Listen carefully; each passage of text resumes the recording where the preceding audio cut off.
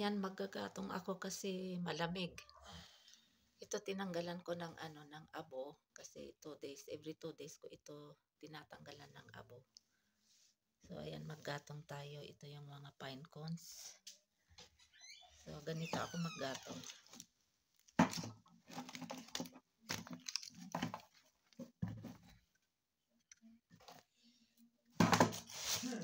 Lagyan natin ng plastic para madali.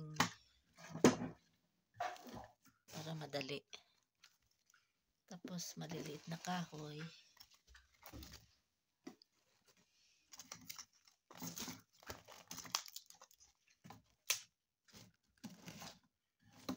Tanggalin natin itong abo dito. Ayan, mga pine cones. Sindihan na natin. Ayan, ito nakagatong na ako.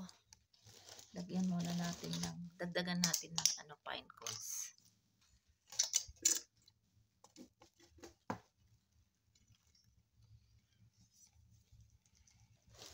Maga pa kasi dito.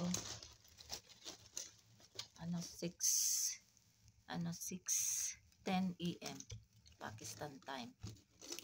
Ito gagamitin ko ito pang wuzu for fajr namaz. Magdasal ako ng fajr. Ayan, 'di ba? Maganda yung gatong. Ayan. Ito mga kahoy.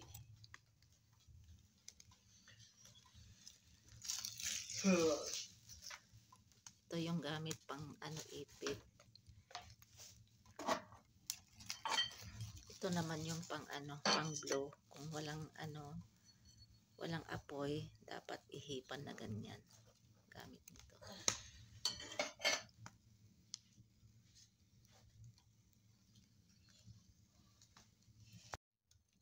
Ito, magpapainit ako ng tubig para panligo. Hindi lang kasi Friday naliligo ang mga tao dito, pero lahat mga tao dito mostly naliligo sila pag Friday kasi Juma magnanamas. So kami kahit hindi Friday maliligo. So ito ngayon ay Tuesday and February 27. Ito pagkatapos kong maggatong, ayan, nagpainit ako ng tubig dito sa malaking kasirola. Tawag nila dito ay gala. Sa Urdu din, sa village naman gager. Ayan, yung lalagyan ko ito ng tubig para painit ng tubig.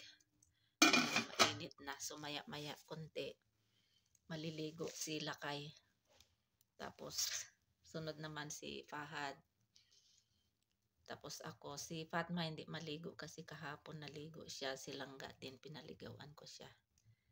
So ito, habang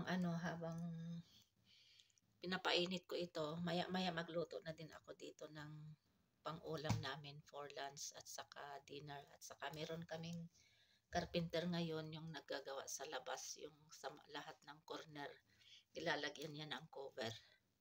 So magagawa ako maya ng ulam, cabbage at saka potatoes curry kasi kahapon nagluto ako ng yung cauliflower potatoes curry. So ngayon naman ang recipe ko ay cabbage potatoes curry.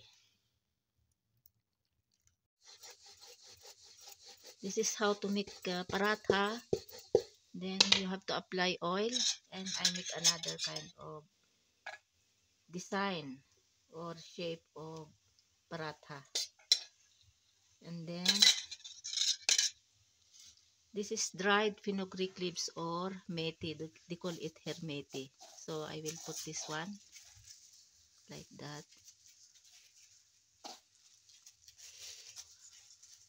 And then you have to fold like this. And then like that. And then roll it.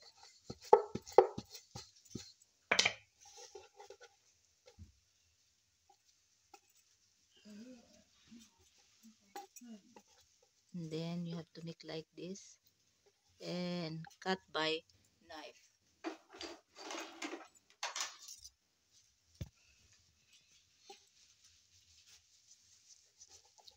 And then you have to make roll again like that.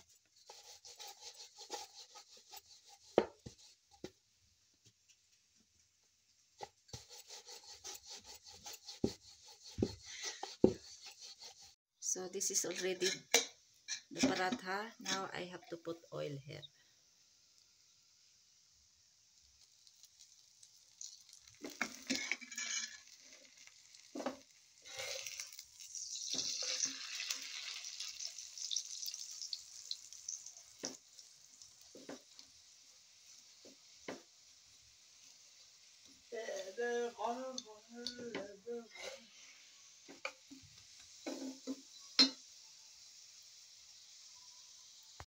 So ito na yung paratha na may fillings na dried fenugreek or methi.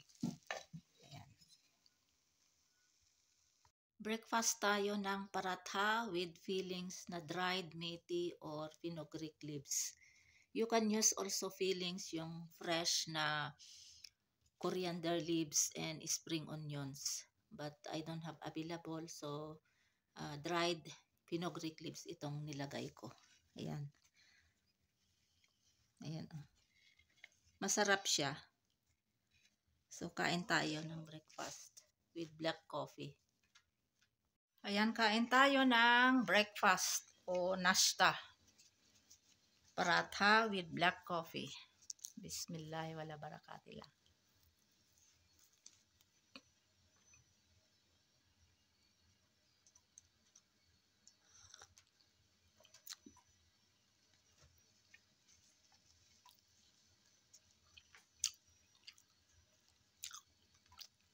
Kaalis lang ni Fatma, pumunta siya ng school. Pumasok sa school. Time ngayon ay 7:30 AM.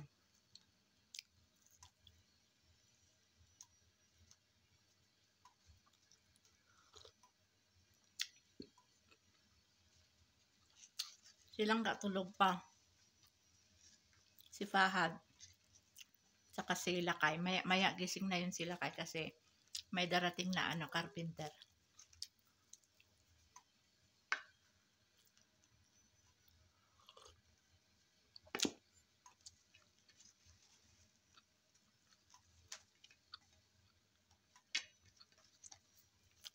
Ito yung paratha na may fillings na fenugreek leaves o kaya dried methi.